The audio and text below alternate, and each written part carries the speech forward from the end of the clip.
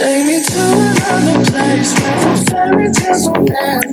Magical, magical land. Magical, magical land. To another place where the fairy tales don't end. Magical, magical land. Today's guest is a young entrepreneur and a management student. He's the co-founder of the XYZ Playground. Please welcome to the show, Henrik Eriksson. Welcome to the show. Hello, Henrik. How are you doing? Hi, Jens. Thank you for having me. I'm all good, and hope you are too. Yes, it's awesome. So it's Monday morning, and you're the first person I interview this week. Tell us a bit about yourself. Who are you? What is your story? Okay, so let's say I'm from Sweden. Started out growing up in the south of Sweden with just my family, two younger brothers, and my mom and dad. Started sailing at a pretty young age, around 9 or 10, I believe. And then I really found interest in that, and that took me to apply for a sort of a sailing high school, which is further up in the country in a city called Gothenburg.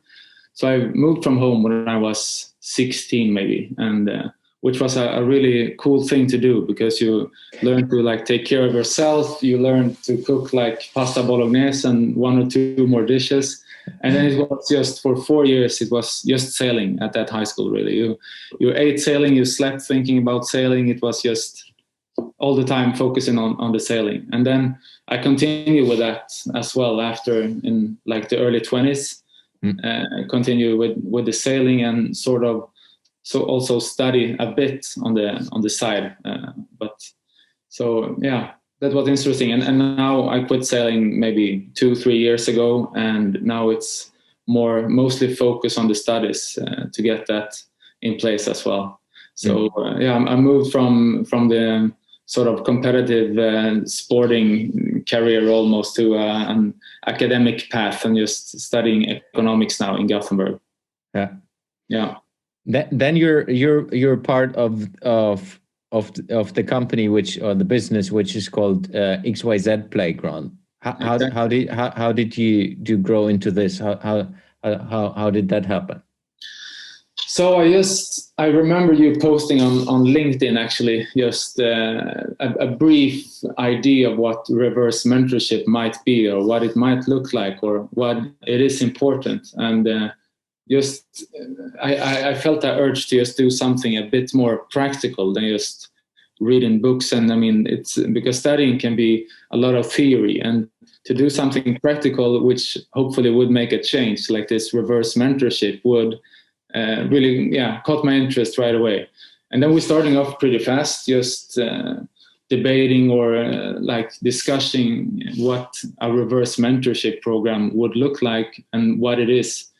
And it's growing from there. And I think that we are, every time that we engage with each other in the group, we are constantly challenging ourselves, the beliefs that we have, and what it might be. So Before we go further into the XYZ Playground and what it is and what how you would describe it, what made you to this step to say, hey, I'm interested in establishing a business with a couple of others?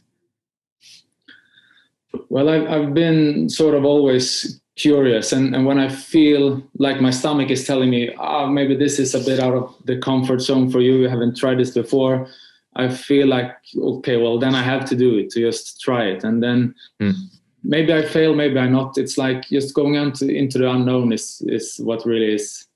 Yeah, it's a driving force for a lot of people, I think. And especially for me, I didn't have any clear view, like, okay, in 1 year, we're going to accomplish this or this. It was just going into the unknown for a first time in a bit, which was really intriguing, I think. Yeah. As we go, as we're building up to something, it's getting more and more practical and more precise in what we're doing. But just starting off from a blank paper and I mean rewriting, it's a cool, it drives interest. If you compare this to when you have been 16 and moving out of your parents' house to fulfill your dream in getting into competitive sailing, how was that from a comparison perspective? So like the things, I mean, the uncertainty and like the sort of overcoming of fear, it's pretty similar, I must say, to whatever new project which you don't know what you are going to do. It's like the same basic biology in you. So it's you could say that it feel like going into whatever challenge will like impose the same amount of, I mean, good stress in a way, and I mean hormones that will. So I mean the things that you are experiencing is in a way very similar. But then going into sailing, it was more structured because you had like older mentors that were, I mean, more experienced sailors that you could follow, and you had coaches and trainers that really you didn't have the same decisive power all the time. It was more of like, I'm going into a line of I mean, yeah, you know what steps that need to be taken. You know that like you need to train these muscles in that way, and you need to, I mean, structure the season in a certain way. So this is more, we don't really know what to expect and what to do. So yeah. And we are constantly driving what is happening. So that's a difference. What made you successful, or what makes you and other people successful in competitive sailing from your point of view? I think so. Sailing is basically, it is a pretty complex sport, and you can be really good one day and really bad the other day. The thing is that you need to be on average pretty good. So if you're having, for example, a sailing competition, it's usually 5 days maybe, and it could be 4 races each day. And the guys that are standing at the top of the podium isn't the one that win every race all the time.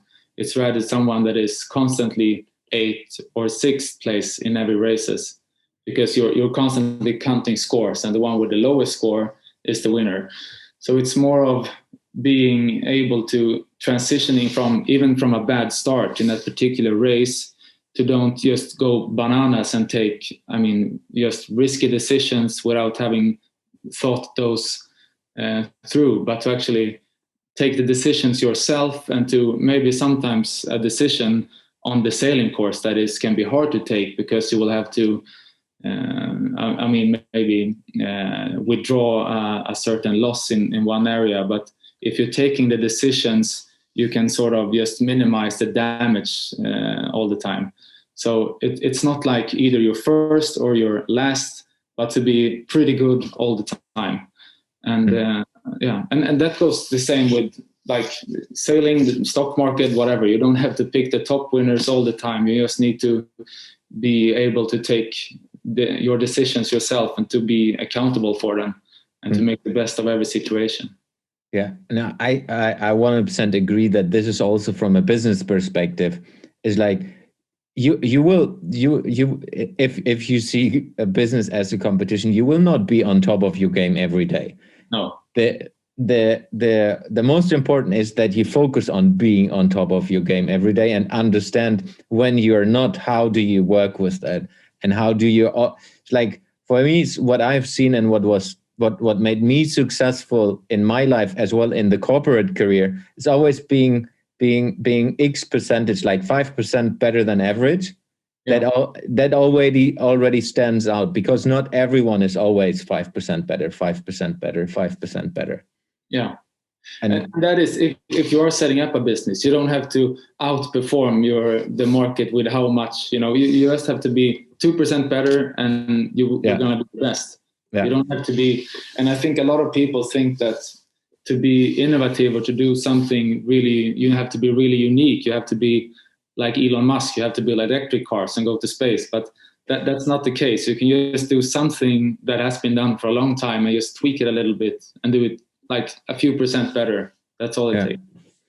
And I see that point. And I think what is interesting is when you look back, I was just doing it last week. I was looking into Steve Jobs and Elon Musk, funny enough, to how they started. They have also not started to say, hey, I will go to Mars. Of course, it came then over time where his ambition came and grow bigger and bigger and bigger with the opportunity of the business he has built, and that brought the traction and helped him to do things in a different way. So it's always your ambition will grow with what you're able and capable of doing. But of course, you need to have kind of way of thinking where it's like when you have been sailing, I guess it wasn't like, yeah, I'm just going to this race and I will lose. It was like, of course, you're thinking, I would love to win, or I would love to be top 5, top 10, whatever on the country, on the world. Like you have a bigger dream, but that's still a dream which kind of gets you into a direction. Yes, of course. And you also, I mean, when you're starting off and you're sailing maybe competitions that are a bit over your level at times, you have to remember that even the points going from placed 40 to 35 is the same. I mean, it's the same points as going from 5 to first. Yeah. So, but you don't really noticing these small steps that you're taking if you're not like really in the top.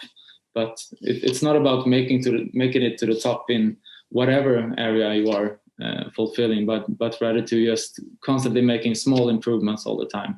Yeah, I agree. And I think what is very important, what you said between the lines, is like putting yourself out there and go with the big fishes. Like go always a step higher. Go in, like when I was playing football, playing with the other team, which is a little bit better, which drags you up, because you always kind of, your average goes up as well if you work with people or engage with other people who are better, who are more exposed to do something specifically, and you will learn that by doing it together with them and competing against them and working. Yeah, absolutely.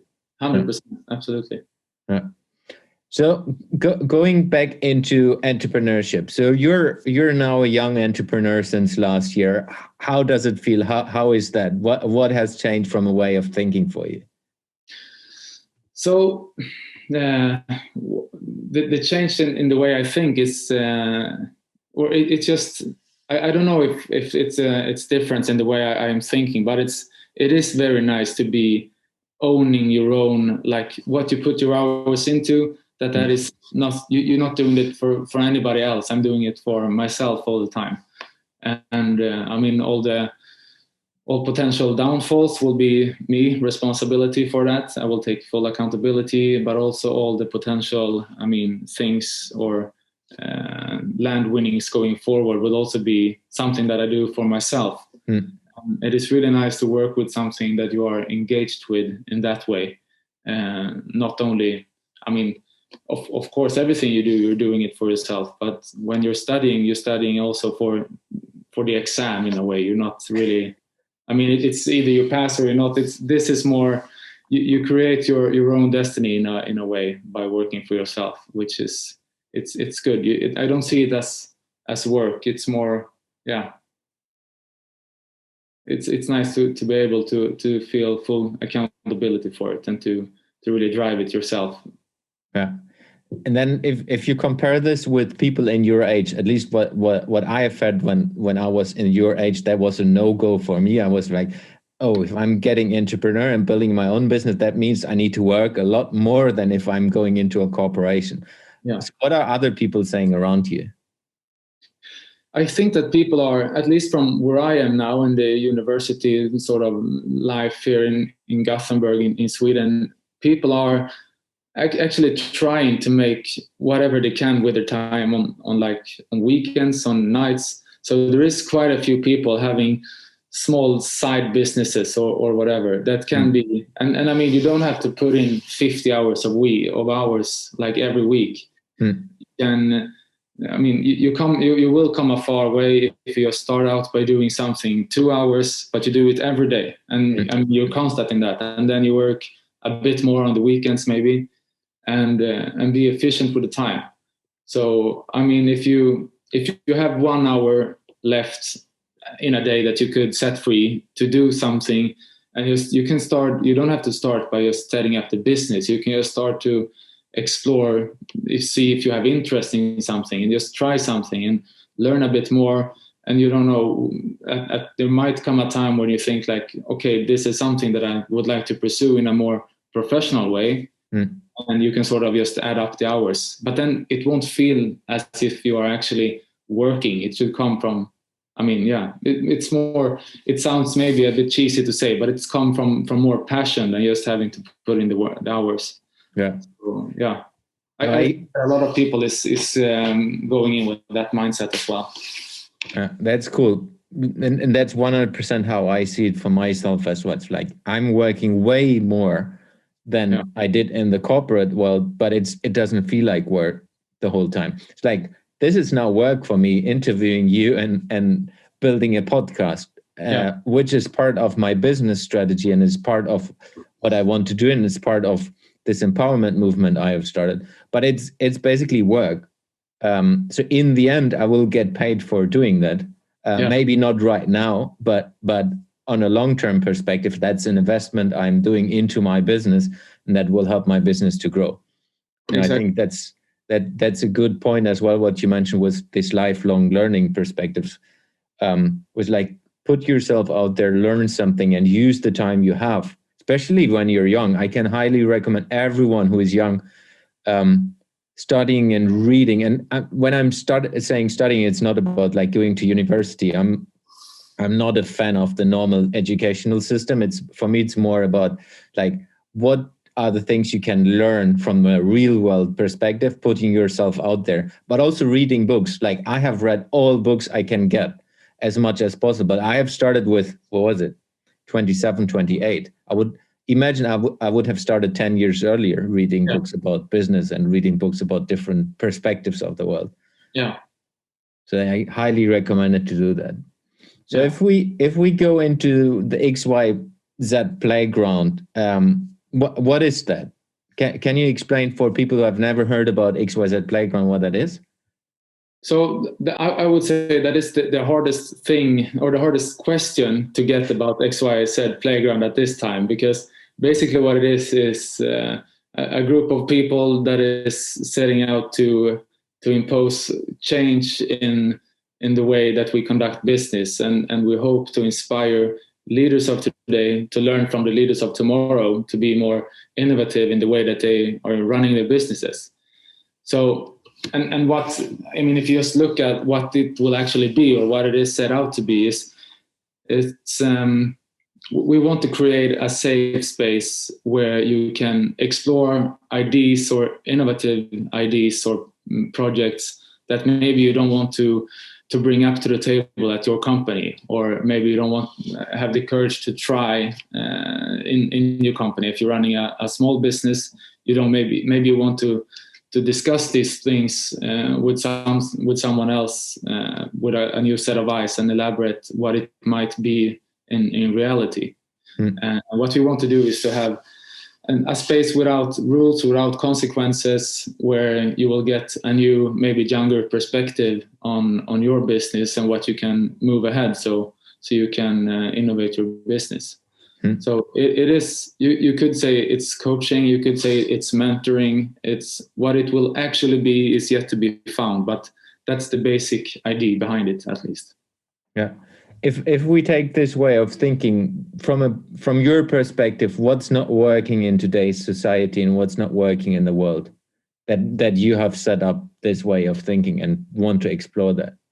Yeah. So in this area, I would say that, I mean, when businesses are figuring out their business and what they are doing and what is making them money, it is natural, at least now, that you are stopping to be innovative, or maybe not stopping being innovative, but you are actually more focusing on slimming down the organization, or maybe keeping the costs down so you can focus on what actually are making you the money. But when doing so, you may risk to be bold enough to constantly try and try new things and innovate the way that you are doing business.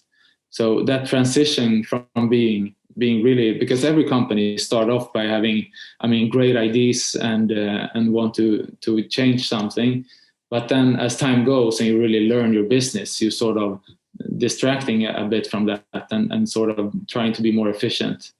And I think that needs to be disrupted in one way or another. Maybe not completely, but in a way, just keep that playful driving forces within the company, at least. Yeah. So for whom would that be? If you take a person, like, for whom would your service be a help? So say that you are now, let's say you have worked at a company for a while and you are now in a sort of maybe executive position, or a position where you can where you have decisive power, and but you are feeling that maybe you are not willing to risk anything or as much, but you have been working at the same company for a while maybe, and you started off by having more vision and more ideas that you wanted to proceed once you got the ability to do so. But now maybe you found yourself in a position where you don't feel comfortable to take this up at the meetings, or all these ideas may seem in danger or impose some danger in any way. At least that's the way that you're perceiving it. Then you could come to us and we can elaborate these ideas a bit more and take it from being just very, what do I say, just ideas to be a bit more concrete and sort of see what the actual consequences will be. And hopefully we will help you to realize that the consequences aren't going to be that serious, but we'll sort of play out potential scenarios from taking a bit more, maybe I don't want to use the word risks, but I mean, being able to be brave enough to elaborate your ideas a bit more. Yeah. Then you mentioned a bit the tagline, like leaders of today can learn from leaders of tomorrow. What does that mean? So that means that when we are going into this future, I mean, at some point the leaders of tomorrow will be the leaders of today. And I think that it is very important that the ones that are becoming leaders should, of course, learn from the leaders that are in leading positions today. But we are actually building society for the future and not for today and not for the past. So I think that you need to reverse this sort of mentorship as well, and give both the leaders of tomorrow the possibility to coach leaders of today, but also leaders of today to be able to learn something from a new generation growing up. And I think, I mean, in a way, there is too little conversation going around between generations. And I think that, we'll end up learning from both, in both directions. If you take your friends and people in your age, what are the main big themes you see right now where everyone is thinking about? Like in business or in general? It's like, what are the things that should change in the world, and what are the things people in your age see most probably differently than, let's say, 60-year-old people in a different age group, in a different environment? Well, I think that people my age or younger age, at least, may, how do I say this? It's I think it is only, I mean, if you're going back to the 50s, I think people born in the 30s would have said maybe the same thing about the previous generations. But I think that younger people have sort of a driving force within them to experience new things and to be curious in a way that, I don't know if it is dropping off with age, because I know a lot of older people that are still as curious. But I think that people are more elaborative in their way of thinking and trying to put these things into reality. And the businesses that you see now that are popping up would be, I mean, you have these electrical scooters just going around town. That is nothing that is coming from someone that is 60 or 70 years old maybe, but someone that is actually enjoying to ride a scooter and is now growing up and thinking that it would be fun if people were driving scooters around town as well. So, I mean, if you just look at those businesses that are emerging now, some of them are so playful. It's almost like a sort of a Peter Pan society almost, in a way. So, people are very curious and wishing to take this curiosity and make something real of it, I guess. Yeah, and I think an interesting point of that is as well, if you're established business leader and let's say it's not about age, it's more about seniority and the corporation you work in, but it's often what is missing is like you are always on the safe side. Yeah. Like you said, the Peter Pan more way of understanding and doing business in a different way is completely different from people like you and in your age, and the way of thinking is different because it's not all about making money at the first thing. It's more about what I have at least understood with the conversation we have had and with the others as well. It's like you're more about what is the bigger purpose behind what we're doing, and money is part of that, but money is just one piece of the equation. It's not the most driving force, which I think, at least from the businesses I have worked with over the last 10 years, it's money is always the main driver. Yeah, and I mean that's a natural way to go. I think as you get more stakeholders and stuff engaged, I mean you have to focus on that a bit as well. But I hope that we could see money as being somewhat more of a tool to get your actual beliefs going forward and to drive them.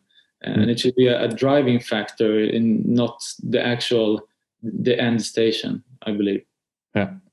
If we go into innovation, what is innovation for you? So yeah, I mean innovation, as we said before, it's maybe more, you don't have to be an inventor and come up with something completely new that will revolutionize anything. It can just be to do something a little bit better, or not even better, just a bit different maybe.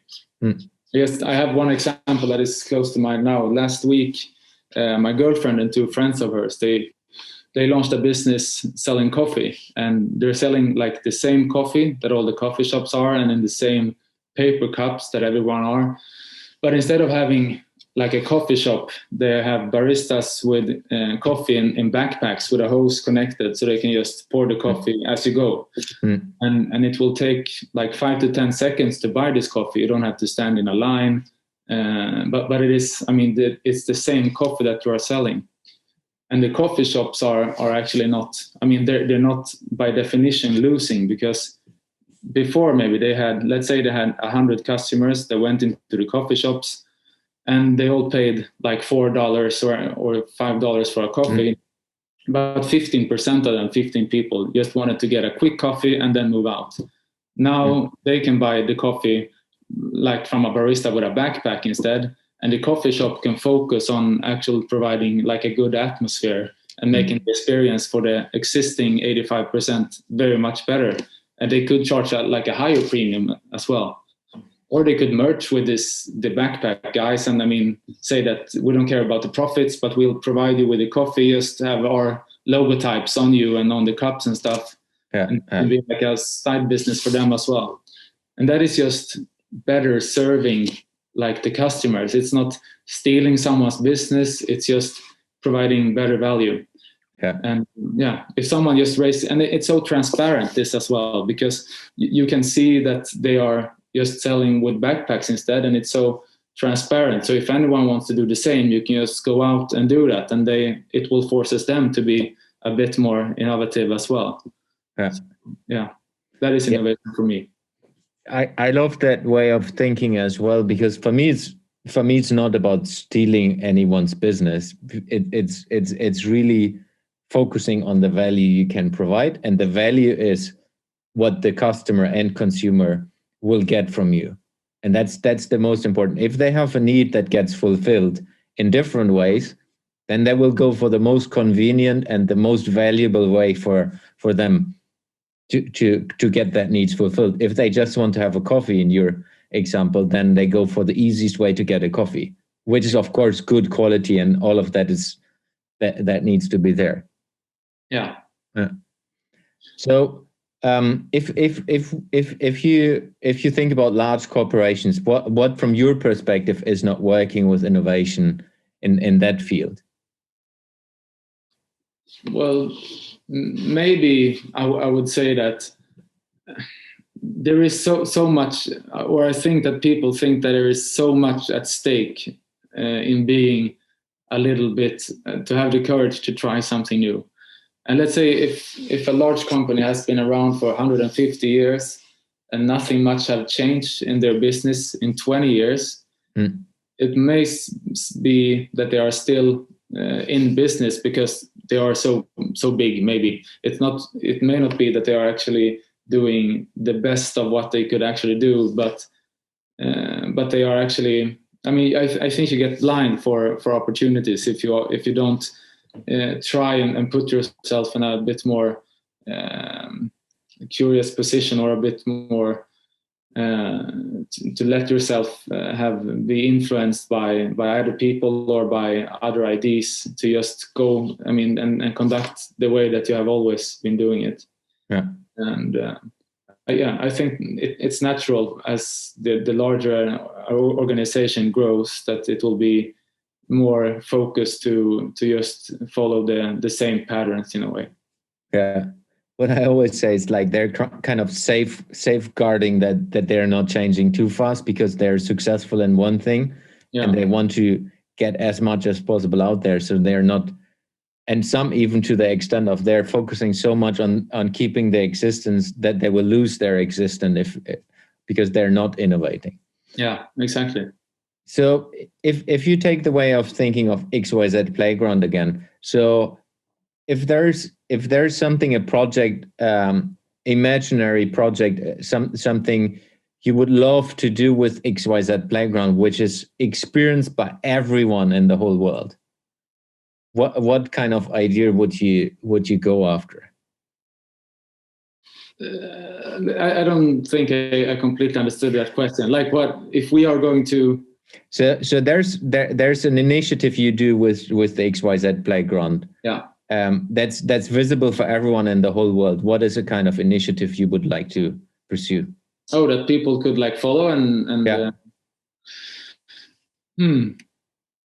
I would say just to try something different, or do something differently, and see what the impact may be. And that might be different for different people. It can be that you're just taking another drive to work, or you can just try and not, I mean, drink a cup of coffee in the morning, or just go for a run in the morning, or, I mean, impose and encourage people to do something that disrupt their daily routines on a personal level, at least. Just do something. It doesn't have to be a big thing, just a small thing. And if it doesn't work, you disband on it. And if it does work, you sort of stick to that one and keep it for a while. And then you try something new. And I think that is both in business and in private life. It is really, really, I mean, routines are really good. You should have routines. The good routines you should keep, of course. But try and incorporate some level of change into your life. I think that would be a good thing to encourage people to do. Yeah, love that. Yeah. So slowly getting towards the end, where will you think you will be in a year from now? And you as a person mainly? I think, as I think in every start of the year, in 1 year I will be in the best physical shape of my life, obviously. And also I hope, or I believe, I am convinced that XYZ Playground will have get like really, because now it's been pretty, we've been elaborating quite a bit with what services we can actually provide. I hope that we can early this year actually roll out the offers that we have, get response from clients and customers, and really keep on refining the offer that we have, and that we have a business that is up and running and is doing some good change. And I believe we'll have that going in the end of this year. Cool. So a lot of people are sharing often, like, I'm reading this books, I'm doing this. How do you inform yourself in these days? Like, it's most probably completely different than I do. So, like, how do you get inspired? How do you get informed? What are the sources? So I try, and just looking at the regular news will give you quite a unhappy picture of the world these days. So, but I mean, there are sites to consume news of interests that are actually, there is a lot of good things happening in this world.